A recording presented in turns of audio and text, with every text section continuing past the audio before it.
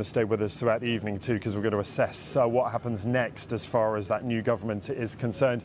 So a raft of appointments, the first day in the office for the new Prime Minister and his government. It's still raining here in Downing Street. I want to leave you with a view across Westminster.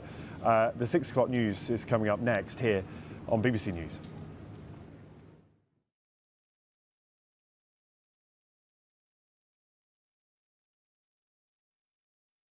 I invite you all to join this government of service in the mission of national renewal.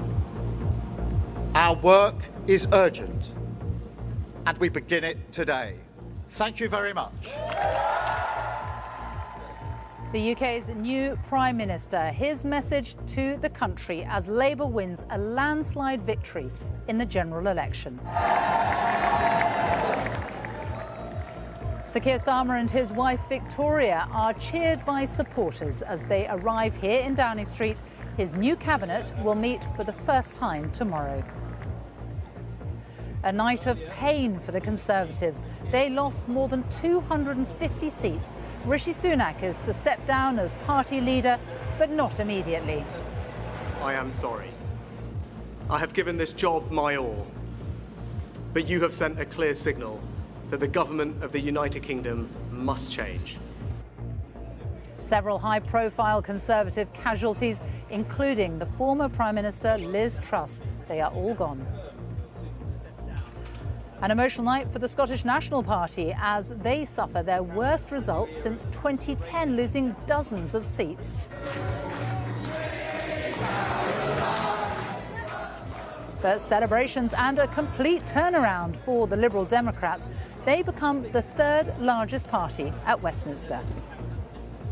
Nigel Farage's party Reform UK received 4 million votes. Now, after 8 attempts, he is finally heading to Westminster.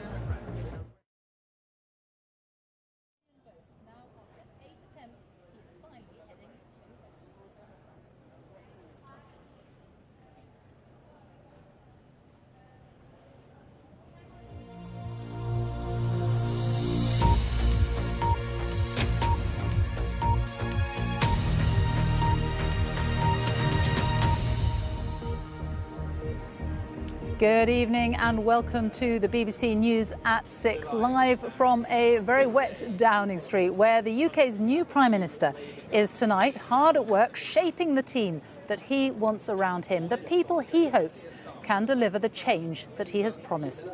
Labour has won an historic victory in the general election. The Conservatives suffered their worst ever defeat in their near 200-year history.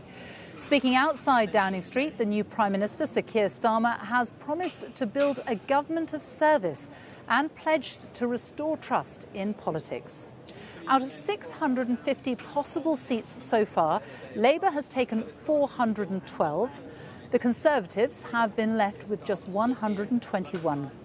The Liberal Democrats had their best result in more than a century with 71 MPs, but a terrible night for the SNP, who went from 47 seats to just 9. History is made as Sinn Féin becomes the biggest party from Northern Ireland with 7 seats. Reform UK has taken 5 seats, while the Greens and Plaid Cymru all have 4 MPs each.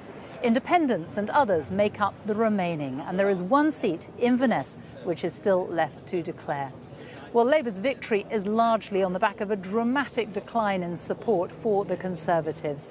Back in 2019, much of the UK was a sea of blue Tory seats, but now so many have changed hands. Well, I'm joined here in Downing Street by our political editor, Chris Mason, who has been following it all through the night. And what an extraordinary night, an extraordinary day, a huge change.